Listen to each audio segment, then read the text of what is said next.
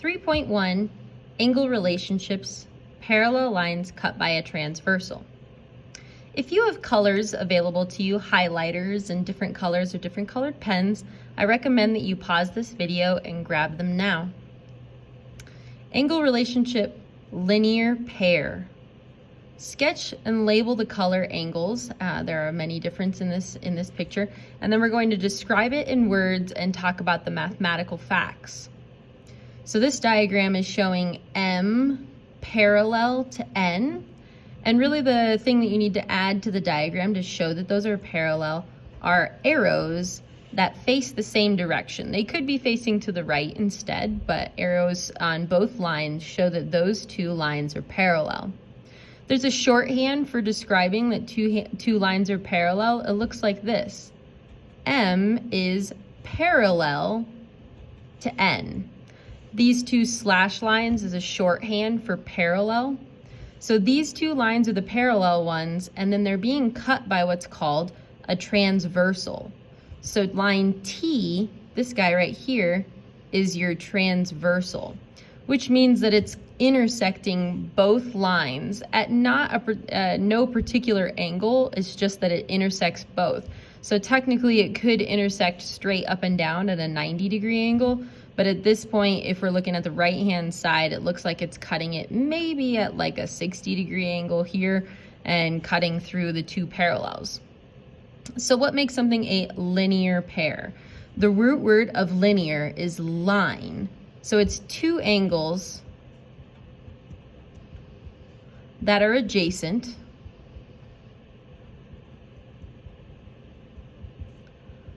that lie on a straight line.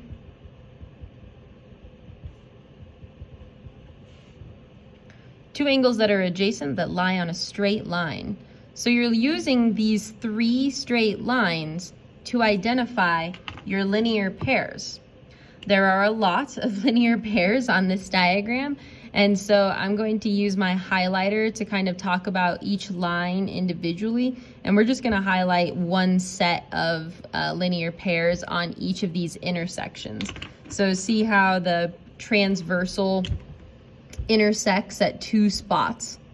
So we've got our top intersection and our bottom intersection. You can talk about them separately from each other when you're talking about linear pairs. So technically you do not need the bottom set of intersections to identify even just one set of linear pairs. So this relationship is not between the two intersections, it's talking about one intersection at a time. So for example, angles 1 and 2 are an example of linear pairs. 1 and 3 are an example of a linear pair. 2 and 4 are an example of a linear pair, and 3 and 4 are an example of linear pair. Now here we can highlight a different example of linear pairs on the second intersection here. So for example, 5 and 7 are a linear pair. They lie on a line and they are adjacent to each other.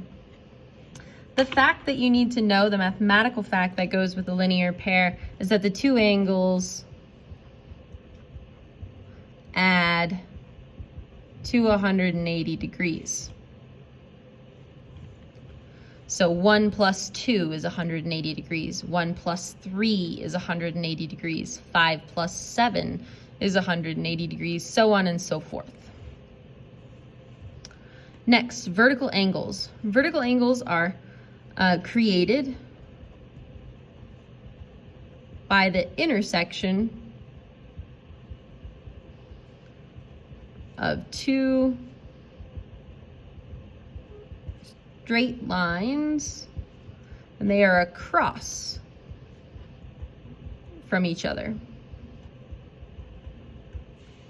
They're created by the intersection of two straight lines and they are across from each other.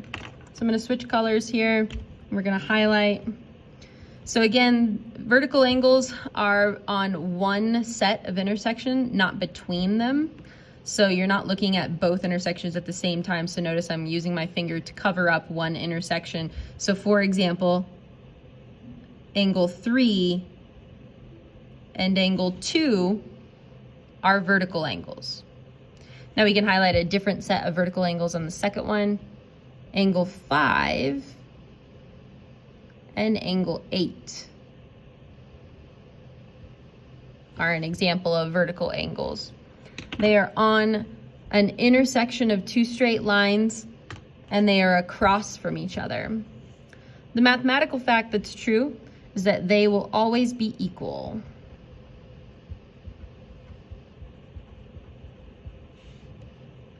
Vertical angles will always be equal. So linear pairs are 180. Vertical angles are equal. Corresponding angles. Corresponding angles, this is the first one where you're going to be looking at the two intersections. So they are in the same position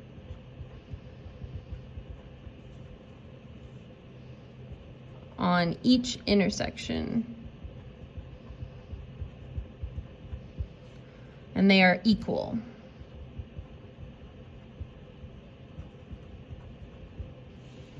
So let's give an example. We might be able to highlight all of them in this case. Not all of them, because you can do all four angles on each intersection have a corresponding angle. So if I cover up the bottom intersection for a second and I look at angle number 1, we can see that angle number 1 is an obtuse angle. And I want to look at the second intersection and find the one that matches it. So angle number 1 and angle number 5 are corresponding angles. They're in the same position on each intersection.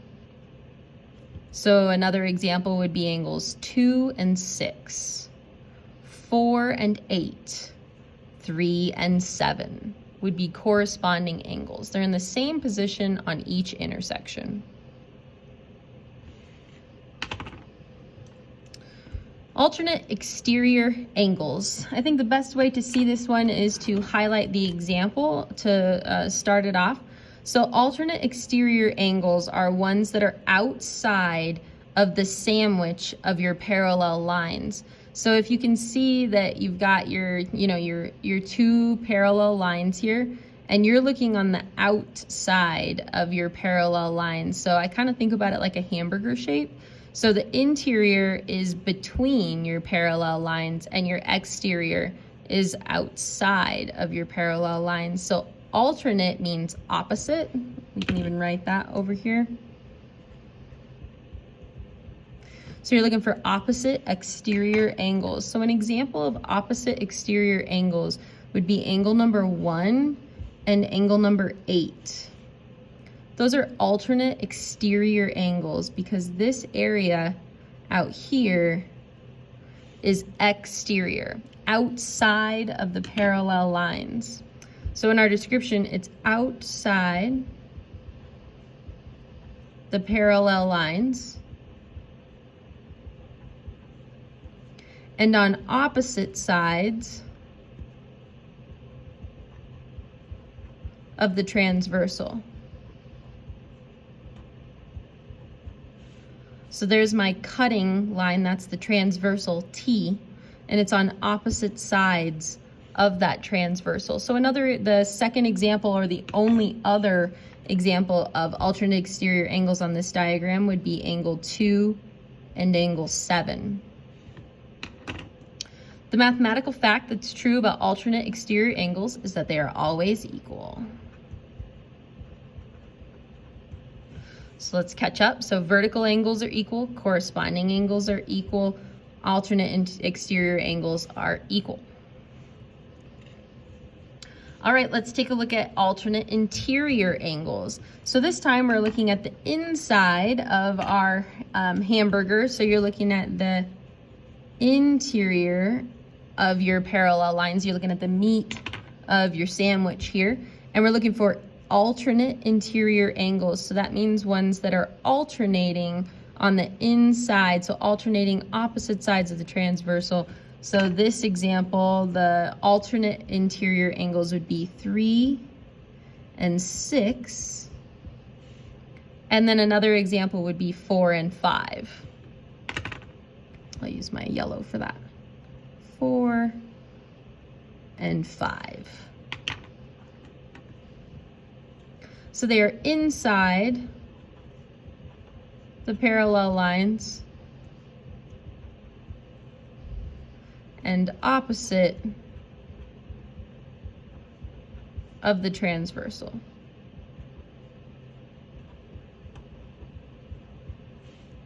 What's true about these is similar to the ones above it. They are always equal.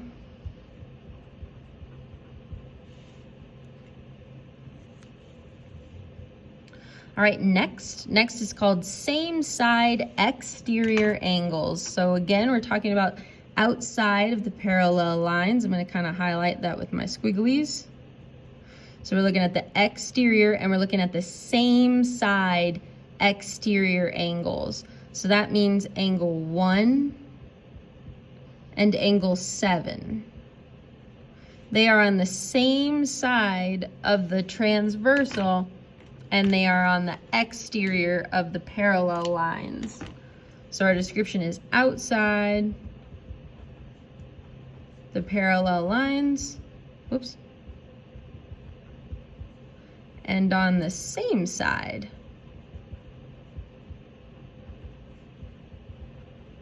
of the transversal. What's true about these is different. This is the first one we've seen that's different for a while. You can see that angle 1 is obtuse and angle 7 is acute, but angle 5 and angle 1 are the same size, and what are 5 and 7 together? They make 180 degrees. So same side exterior angles will add to 180 degrees.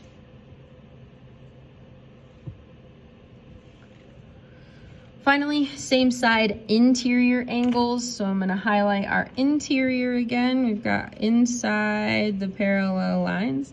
And we want the same side interior angles. So that would be 3 and 5 or 4 and 6. So they're inside the parallel lines and on the same side of the transversal. And then you can see again, angle 3 is acute and angle 5 is obtuse, but angle 5 and angle 1 are the same size, and 1 and 3 are a linear pair and they add to 180.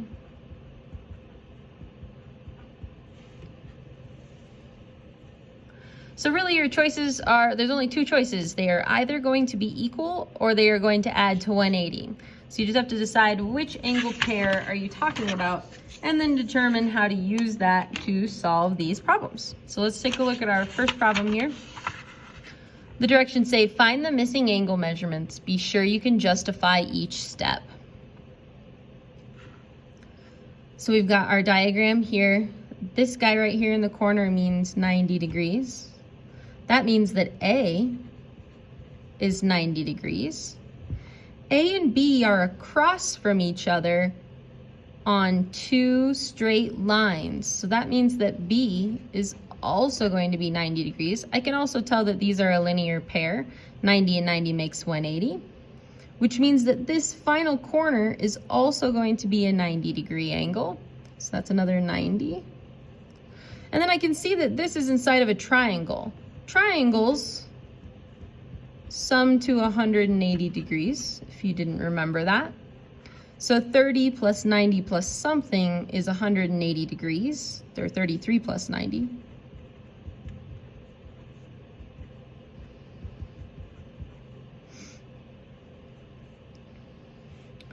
So 9, 10, 11, 12, 123 plus something equals 180.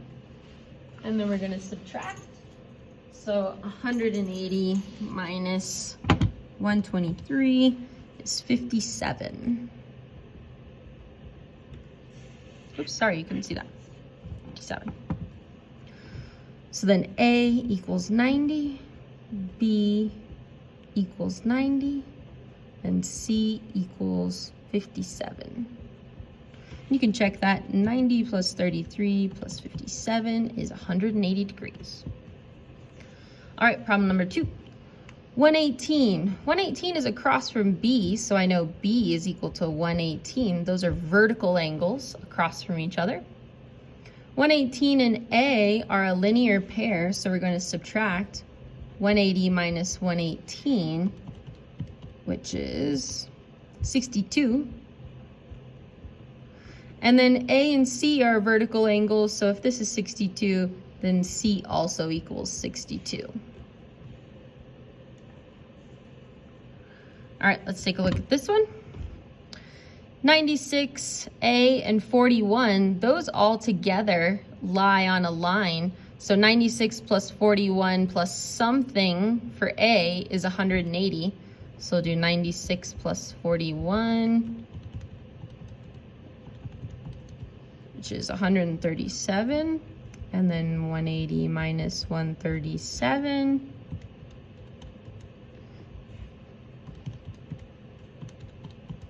is 43. So A is 43 degrees. A and C are across from each other, and they are directly across from each other, so I know C equals 43 degrees. Those are vertical angles. I can also tell that 96 and B are across from each other directly, so B is 96 degrees. And then 41 and D are across from each other, so D is 41 degrees.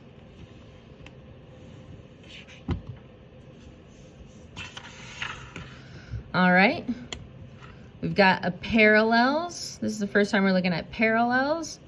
So this is 38. This is on one intersection. And on the second intersection, I've got X in the exact same spot as 38. So X and 38 are what's called corresponding angles. So X is also 38 degrees. X and Y are lying together adjacent on a straight line. So that means they're a linear pair. So 180 minus 38 to get us 142 degrees for Y. Okay, we've got two sets of parallels here. So we've got these two parallel lines and these two parallel lines. So you can kind of take a guess right here between these two. So if this is 155, then this is 155, and this is 155. They are all corresponding angles. If this is 155, then A is also 155 because they're vertical angles. And then the last one here, 155 and C are same side interior angles, so they sum to 180 degrees. And I can also tell that C is acute, so 180 minus 155 is 25 degrees. Finally, it says, which lines are parallel? How can you tell? Well, on our last one, we could see that 155 and 155 made those two lines parallel. So if L and M were parallel, and this is 128, then what's the measure of this angle need to be to make them parallel? Consider. So let's check the sum of these two. 128 plus 52 is 180. So this is also 128 degrees, because I know that that's the match that goes with these ones. So that means that this is 52 degrees. So 52 and 54, are those corresponding? No, they're not. But let's see what is the linear pair to 54 degrees. 180 minus 54 gives us 126 here, which means this is 126 here, and this is 54. And this is 54, and this is 54, and this is 126. So now we have to determine which lines are parallel. So if these two are not corresponding, then L and M are not parallel. But take a look at P and Q. I can see that those are not corresponding either. So are any of these lines parallel? None of these lines are parallel. We can tell that they are not parallel because none of their corresponding angles match between the intersections. Oh, I'm so sorry. I said that wrong. So L and M are not parallel, but 128 and 126 match here on these corresponding angles between P and Q. So it does mean that P and Q are parallel to each other.